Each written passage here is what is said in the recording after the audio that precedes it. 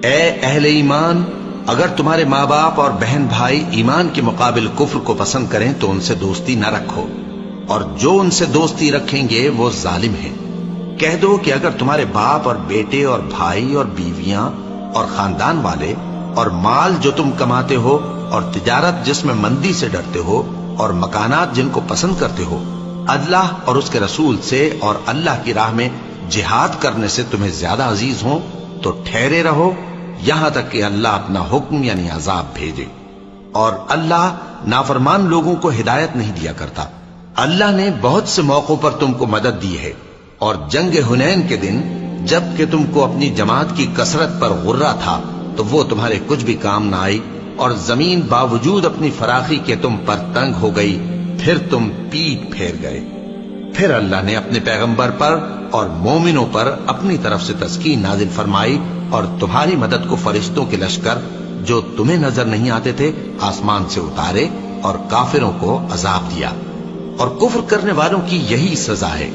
پھر اللہ اس کے بعد جس پر چاہے مہربانی سے توجہ فرمائے، اور اللہ بخشنے والا ہے، مہربان ہے۔ مومنوں، مشرک تو پلید ہیں،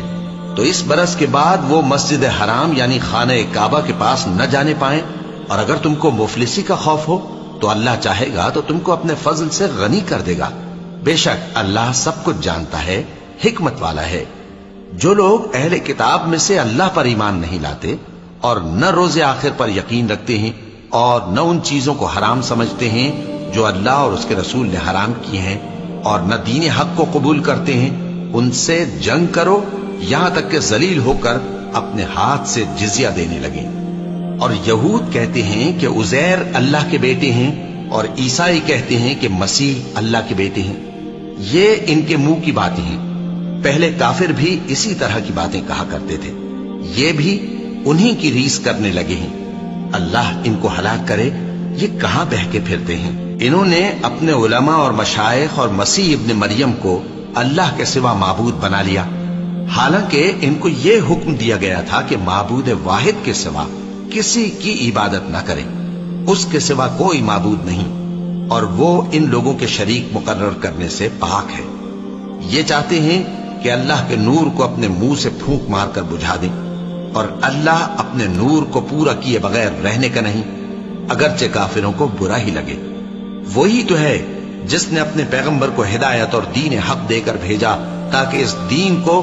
دنیا کے تمام دینوں پر غالب کرے، اگرچہ کافر ناخوش ہی ہوں۔ مومنوں، اہل کتاب کے بہت سے عالم اور مشائخ لوگوں کا مال ناحق کھاتے اور ان کو اللہ کی راہ سے روکتے ہیں، اور جو لوگ سونا اور چاندی جمع کرتے ہیں اور اس کو اللہ کے راستے میں خرچ نہیں کرتے، ان کو اس دن کے عذاب علیم کی خبر سنا دو، جس دن وہ مال دوزخ کی آگ میں خوب گرم کیا جائے گا، پھر اس سے ان بخیلوں کی پیشانیاں اور پہلو اور پیٹھیں داغی جائیں گی، اور کہا جائے گا کہ یہ وہی ہے جو تم نے اپنے لیے جمع کیا تھا، سو جو تم جمع کرتے تھے اب اس کا مزہ چکھو۔ اللہ کے نزدیک مہینے گنتی میں 12 ہیں، اس روز سے کہ اس نے آسمان اور زمین کو پیدا کیا۔ اللہ کی کتاب میں سال کے 12 مہینے لکھے ہوئے ہیں، ان میں سے 4 مہینے ادب کے ہیں، یہی دین کا سیدھا رستہ ہے۔ تو ان مہینوں میں قتال ناحق سے اپنے آپ پر ظلم نہ کرنا، اور تم سب کے سب مشرکوں سے لڑو جیسے وہ سب کے سب تم سے لڑتے ہیں، اور جان رکھو کہ اللہ پرہیزگاروں کے ساتھ ہے۔ ادب کے کسی مہینے کو ہٹا کر آگے پیچھے کر دینا کفر میں بڑھ جانا ہے، اس سے کافر گمراہی میں پڑے رہتے ہیں۔ ایک سال تو اس کو حلال سمجھ لیتے ہیں اور دوسرے سال حرام، تاکہ ادب کے مہینوں کی جو اللہ نے مقرر کیے ہیں گنتی پوری کر لیں، اور جو اللہ نے منع کیا ہے اس کو جائز کر لیں۔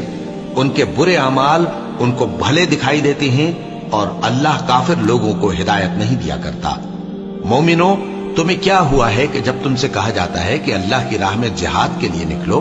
تو تم زمین سے چپکے جاتے ہو، یعنی گھروں سے نکلنا نہیں چاہتے؟ کیا تم آخرت کی نعمتوں کو چھوڑ کر دنیا کی زندگی پر خوش ہو بیٹھے ہو؟ سو دنیا کی زندگی کے فائدے تو آخرت کے مقابل بہت ہی کم ہیں۔ اگر تم نہ نکلو گے تو اللہ تم کو بڑی تکلیف کا عذاب دے گا، اور تمہاری جگہ اور لوگ پیدا کر دے گا، اور تم اس کو کچھ نقصان نہ پہنچا سکو گے، اور اللہ ہر چیز پر قدرت رکھتا ہے۔ اگر تم پیغمبر کی مدد نہ کرو گے تو اللہ ان کا مددگار ہے۔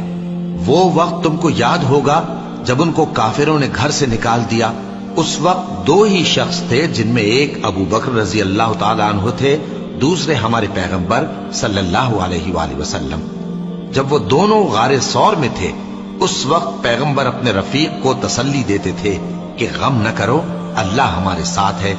تو اللہ نے ان پر تسکین نازل فرمائی اور ان کو ایسے لشکروں سے مدد دی جو تم کو نظر نہیں آتے تھے، اور کافروں کی بات کو پست کر دیا۔ اور بات تو اللہ ہی کی بلند ہے، اور اللہ زبردست ہے، حکمت والا ہے۔